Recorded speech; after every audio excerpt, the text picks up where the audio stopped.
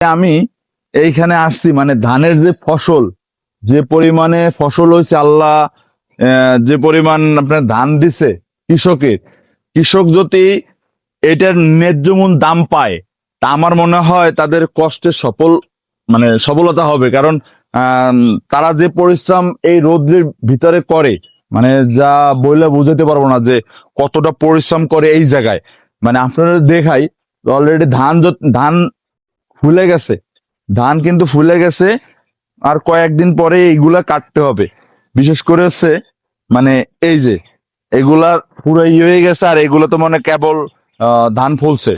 তো এই ধানগুলা চাষ করতে মানে একটা কৃষকের যে কতটা পরিশ্রম হয় সেটা এক কৃষকই জানে। আর এই কৃষক এই ধান কাটে এত কষ্ট করে বাসায় নিবে, এইটারে শুকনাবে, শুকান করে আবার বাজারে নিবে। এই বাজারে নিতে গেলেও মনে করেন একটা ভ্যানে নিয়ে গেলেও 50 টাকা 100 টাকা খরচ হয়। কিন্তু বাজারে গিয়ে দেখা যায় মন পায় কত, যে আমাদের এই এলাকায় বর্তমানে ধানের মূল্য হচ্ছে আপনার 700 টাকা 800 টাকা এরকম মন।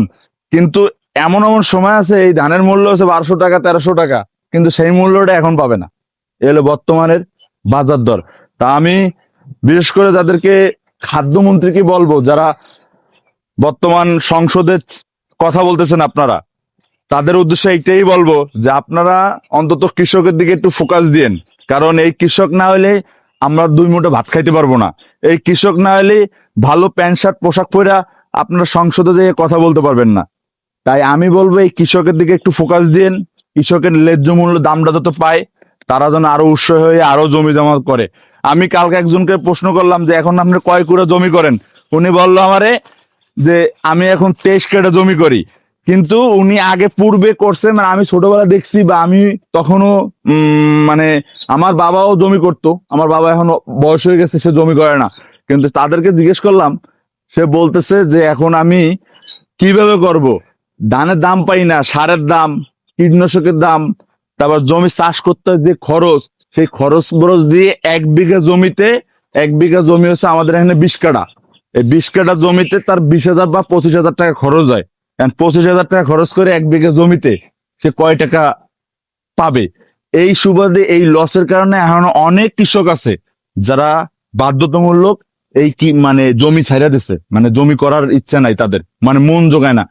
কারণ তারা ন্যায্য মূল্য দাম পায় না, ন্যায্য মূল্য বাজার পায় না, যে তার কারণে ই করে। দেখা যাচ্ছে উত্তরবঙ্গে যারা যান বা আপনারা গেছেন, আমি রংপুর, সিরাজগঞ্জ, কুড়িগ্রাম ওই লাইনে দেখছি, এই এদিকে আসো, ওই লাইনে দেখছি যে এক সময় কৃষক আবাদ করে, যেমন ভুট্টা, পেঁয়াজ, আলু, বিভিন্ন ফসল হয়। কিন্তু আপনার এই দক্ষিণবঙ্গে দেখবেন, এই বঙ্গে কিন্তু এতটা পেঁয়াজ, রসুন এইগুলা আবাদ হয় না। কারণ এই দেশে শুধু একমাত্র ধান। আর এই ধানগুলো হচ্ছে এই জায়গায় আপনি চারিপাশে দেখাই দেন পুরা হয়ে গেছে। আর বর্তমানে ধান করবে কি, প্রত্যেকটা জায়গায় বাড়ি। এই জায়গায় আমার বাবা ছোটবেলা দেখছি এই জায়গায় ধান করতো, আর সেই জায়গায় বাড়ি করিয়েছে মাটি কাটিয়া, বাড়ি করবে, এই একটা বাড়ি করছে, ওই একটা বাড়ি করবে। তো এইরকম বাড়ি করতে করতে লাস্ট পজিশন এই জমিতে মাঠে ধান ফসল তো দূরের কথা, কিছুই করবে না। মানে কৃষকও বসে থাকবে। আর এখন বর্তমানে যুগের যে পোলাপান, তারা তো মনে করেন প্যান্ট শার্ট পরে বাবুগিরি দেওয়া হবে। এরা যে জীবনে কোলায় নামা ধান রোবে, এটা আশা করা।